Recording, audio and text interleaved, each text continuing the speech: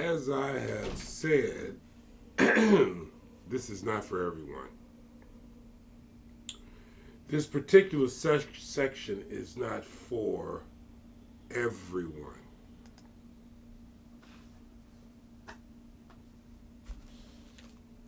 I mean, I'm trying to figure out how I can even fit into this. This is like, wow.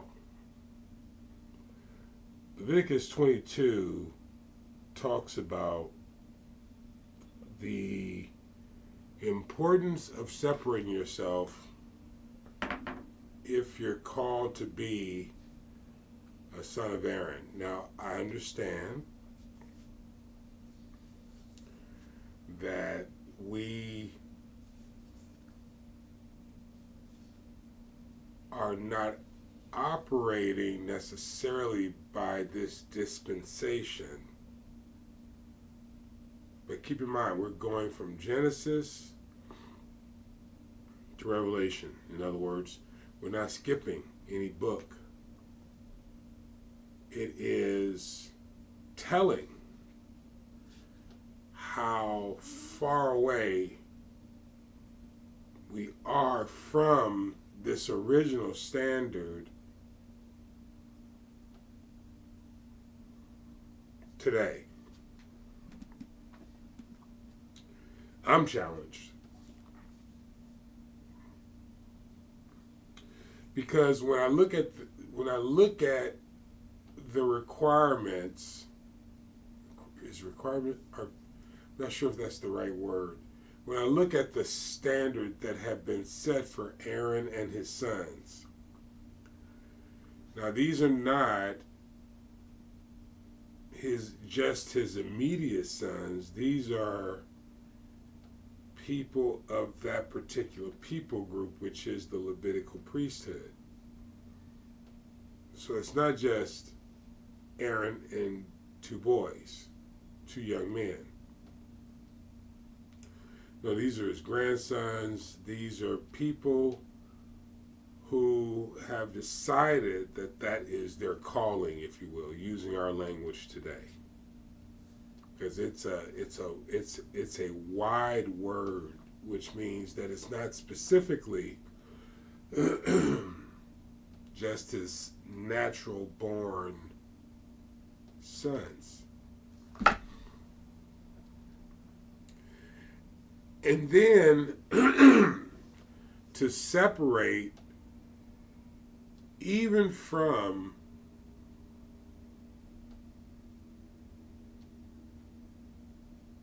the children of Israel, it's a completely different standard than just even being a child of Israel, which is still a standard to stand by. Because there is a world outside the children of Israel. So to be a part of that particular standard, now improve on that. And that's where you are when you're reading about Aaron and his sons.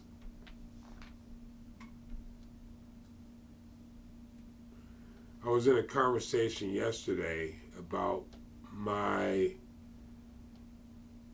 and I don't mean this in a negative way, but my incestuous way of studying. Because it is born out of my insecurity of being when I was a kid. You know, if I'm wrong, show it to me.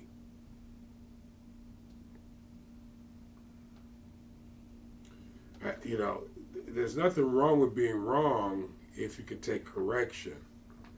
I believe I can take correction if it's given to me based upon the Word of God.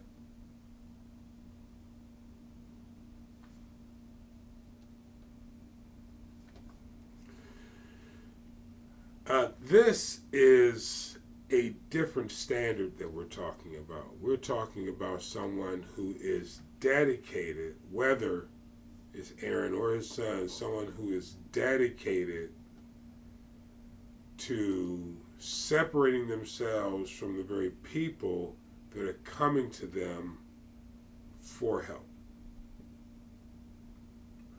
not a physical separation, because there is a time when the linen garments actually come off, but they are told to stay in this mode.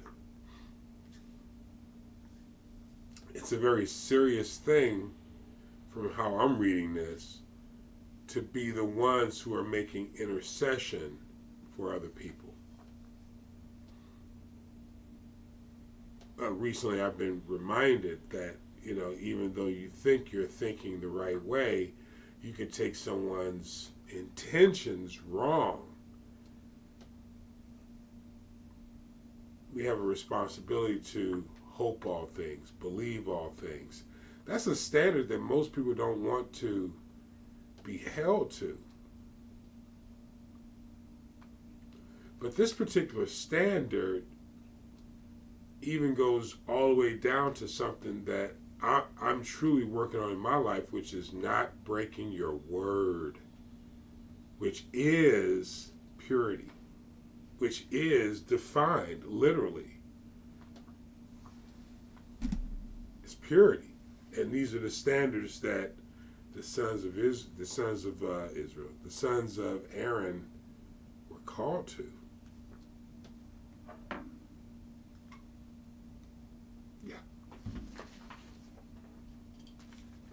They were called to abstain, not because you couldn't eat or drink, but to make sure that you got rid of all the impurities, because these were the men who were interceding for the camp. So they did set themselves apart, dedicate themselves to the temple. Leviticus chapter 22, verse 1. And the Lord spake unto Moses, saying, Speak unto Aaron. And the Lord spake unto Moses, saying, Speak unto Aaron. The Lord didn't speak directly to Aaron.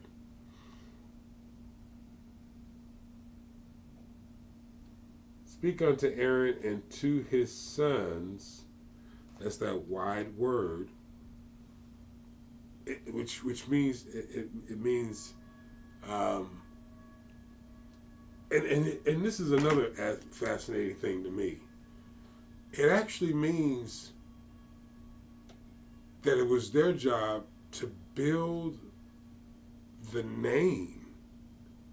I mean, they literally carried the standard of building the name of God.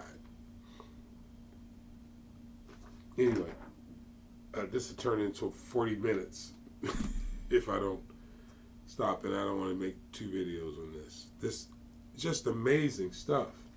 He says, Speak unto Aaron and to his sons, that they separate themselves from the holy things of the children of Israel. What are those things? And I think I'm going to land here. I might go a little bit further, but I think I'm going to land here. What are the holy things of the children of Israel? In fact, it says, and that they profane not my holy name, which they hallow unto me, I the Lord. What are the holy things of the children of Israel?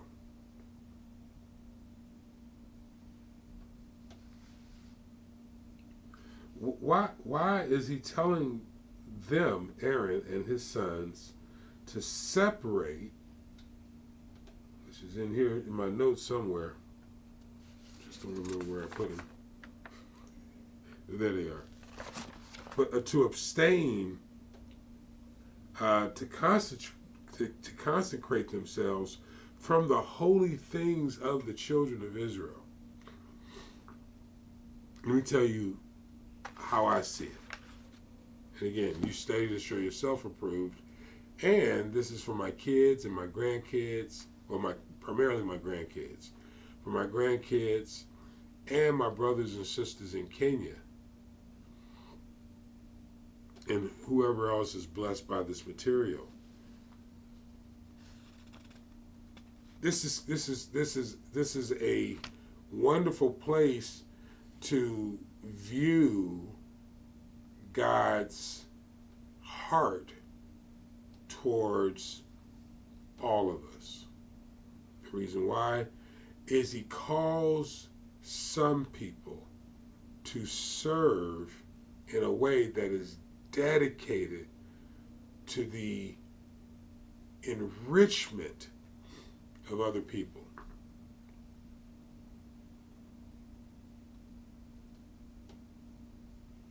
To do so, those people have to be set apart from the holy things of the children of Israel. What are those holy things? It's explained throughout the book of Leviticus, which is you're dealing with people's weaknesses and their heart.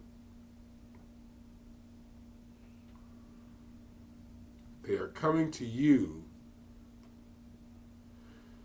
to be clear,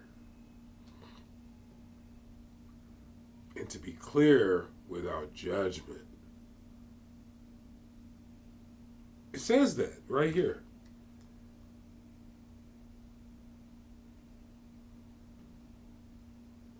In verse 3, it says, "Say unto them, whosoever of all your seed," that's the children of Israel, "among your generations that go unto the holy things which the children of Israel hallow unto the Lord," not unto the priest, but unto the Lord, "having his uncleanness upon him, that soul shall be cut off from my presence."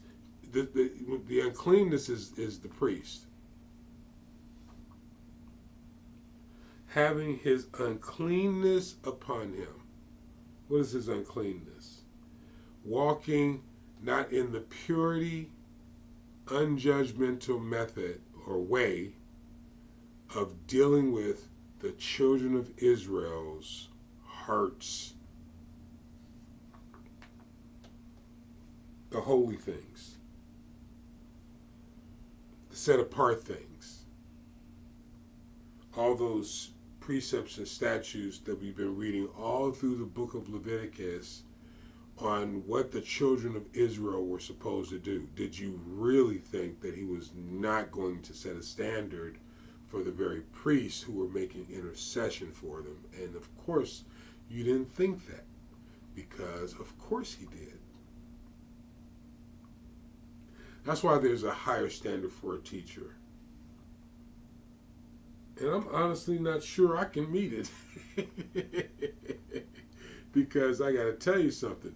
That is an amazing standard. And I personally don't think it went away.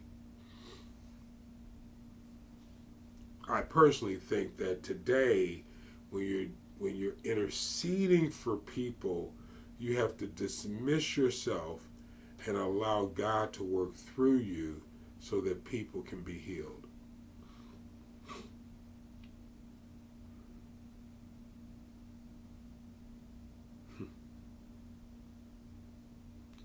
He says, as far as dealing with the holy things of the children of Israel, and that they profane not, they being the sons of Aaron and his sons, that they profane not my holy name. What does that mean? That means to wound. That you don't break your word. It literally means to not to profane, to break one's word. To begin opening up a wedge. It's like you become the wedge.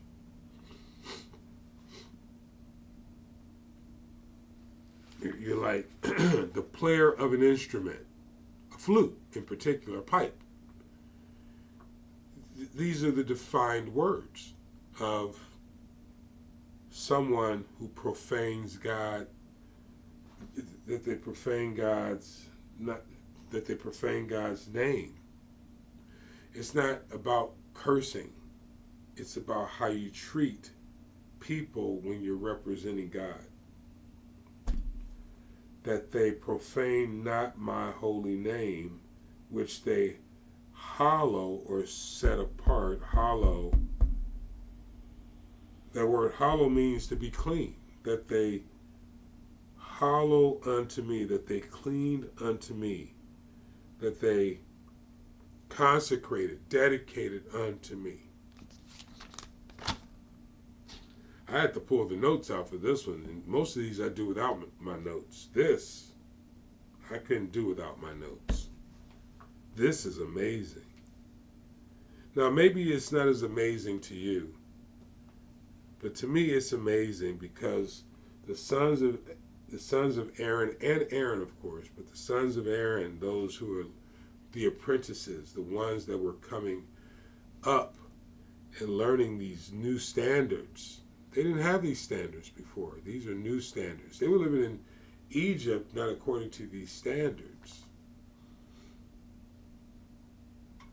But these standards, which is to live fully and entirely dedicated to the purpose of serving the people and making sure their hearts were right. These were back before their time. It was the priest you went to judge.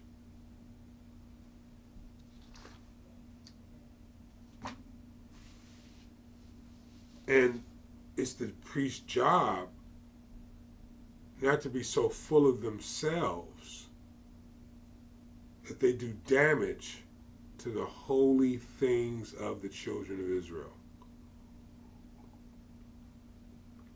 This is this right here.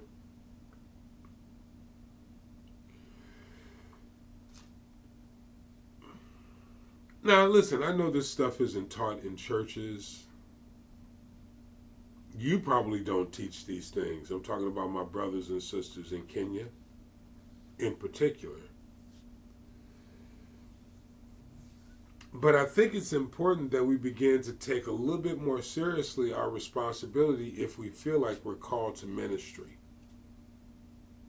In particular, the ministry of taking care of people's souls. In particular, not necessarily business, maybe not even a social enterprise. But if you're choosing to be a doctor of psychology, a counselor, a pastor, any type of intercessory type job where you're in charge of making sure that people are going to be okay, you need to take that pretty seriously, because the ripples that happen in another person's life, just because you don't sense it, you certainly, and I certainly, will be responsible.